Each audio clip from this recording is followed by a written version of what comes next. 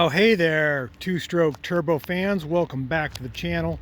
Welcome back to the best automotive YouTube content on the internet. This is my shop dog, Stella. You can see I'm scratching her eyes here. She's just laying in the shade of our little pond and statue in front of the shop. That's the lady of goodwill. Water shoots out of her bucket and out of the pot on her hand there if I plug the pumps in. What are we working on today? Always something new, interesting, and different. That's why you guys keep coming back to this channel, is to see something that's not an LS swap conversion. In fact, we are the opposite of that. We are the complete antithesis of the Chevy LS swap revolution. We swap cars, but not in that sense. What are we looking at here? Well, I'll tell you what we're looking at here. It's a 1952 Singer 4AD. This car came upon me a couple years ago, sold by a friend, told me that it ran and drove, which it did not, and it pulled my hair out for a couple years while this thing sat, and I accumulated parts, and now it's one of my favorite cars. It's pretty fun. It is a 52 Singer body on an MGA frame with a Volvo B18 engine and gearbox. It's quite the compilation. It is an ultimate body swap vehicle. And if you're sharp about Singers, there's a couple things you know. They're made out of wood. It's aluminum skin on wood, and the fenders, what is steel? I forget. I think the body is aluminum, but the fenders might be steel. I forget. There is some rust in one of the fenders. And we've been working on this thing a little bit. You can see I've been tuning up the wiring here. It's not quite as bad of a rat's nest as it used to be. It has dual DCOE 45s, way too big of carburetors on there, way too big. I've been tinkering with this car. I kind of tuned up the interior. I actually painted the seats because they were getting really faded from the sun. Cleaned up the floorboards, painted them. They look really good. Even up in the kick panels there, you can see how they shine. And the hinges for the rear seat there, cleaned those up. They were all rusting. This car has sat out in the wintertime and the wood has rotten, as you can see by right here, but we're not going to pay any attention to that because who needs a wooden car? Nobody. It's on a metal frame, but there are some wood components that do bother me. Oh, the gauges. So if you've been riding along with me, you'll know there's no speedometer. There's just a VDO tachometer, a temperature gauge, an oil pressure, mechanical oil pressure gauge, fuel level, and voltage.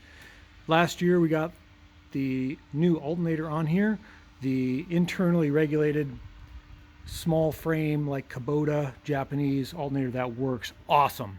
It creates a lot of voltage and it's efficient and quiet, and because of that I added some lights, and I'll get to that in a minute.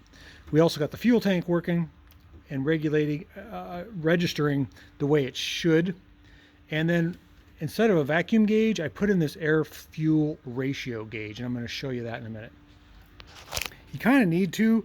The carburetors on these dual carburetors go out of sync often, and with elevation they really change a lot.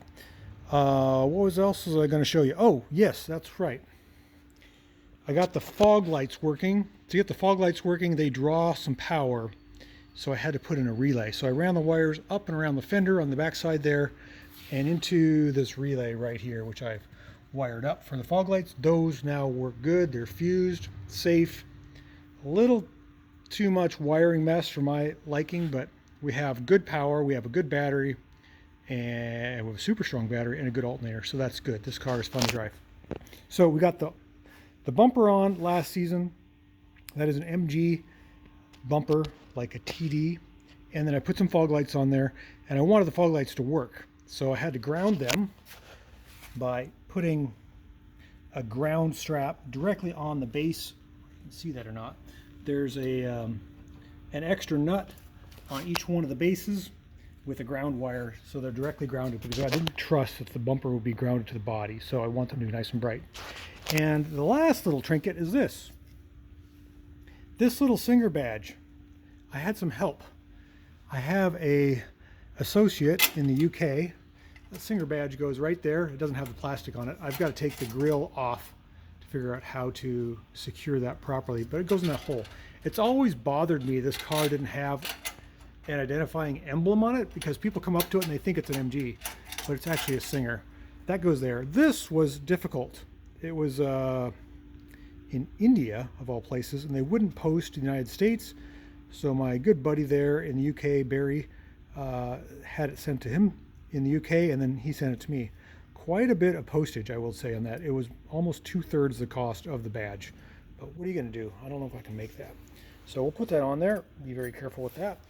That will kind of decorate the front. And then one of these days we'll start working on the paint and getting it looking good. But for right now, I'm really in love with this car. I like it a lot.